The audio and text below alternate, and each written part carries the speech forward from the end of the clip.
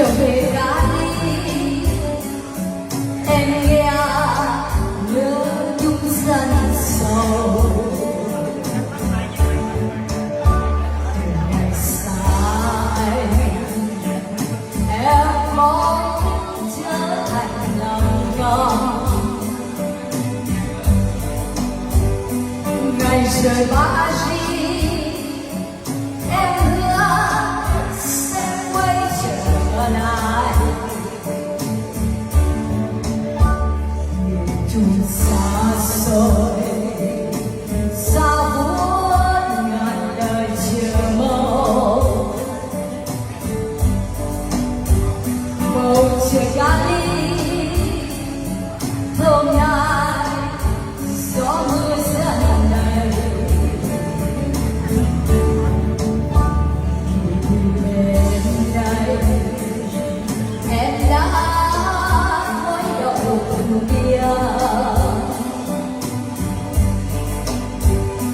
Ngày chưa mãi em đã để quên con tia. Em đi về em nhớ bóng dáng người ở lại. Paris anh yêu ơi, em nhớ anh thật nhiều.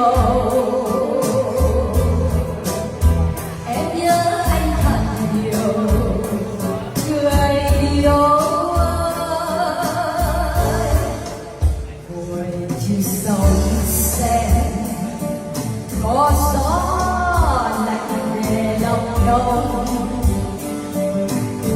quay chiếc Cali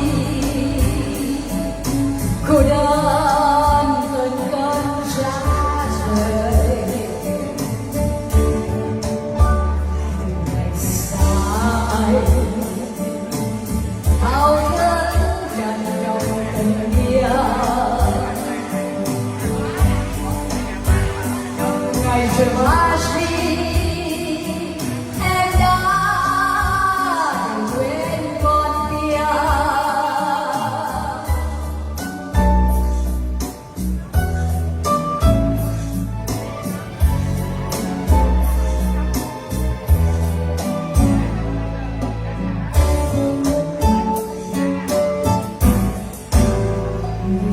Xa xôi xa buốt ngàn lời chiều mong.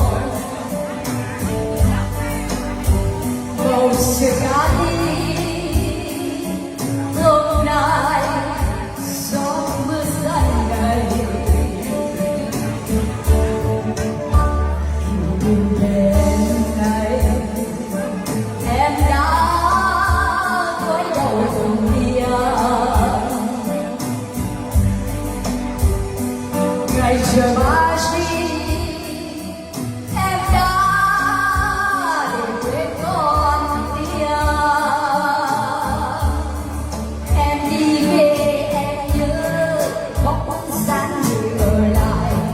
Paris anh yêu ơi, em nhớ anh thật nhiều. Em nhớ anh thật nhiều. Người yêu ơi, ngoài chiếc sông xe có gió lạnh về lòng nâu. Buổi chiều Cali cô đơn từng cơn giá rời.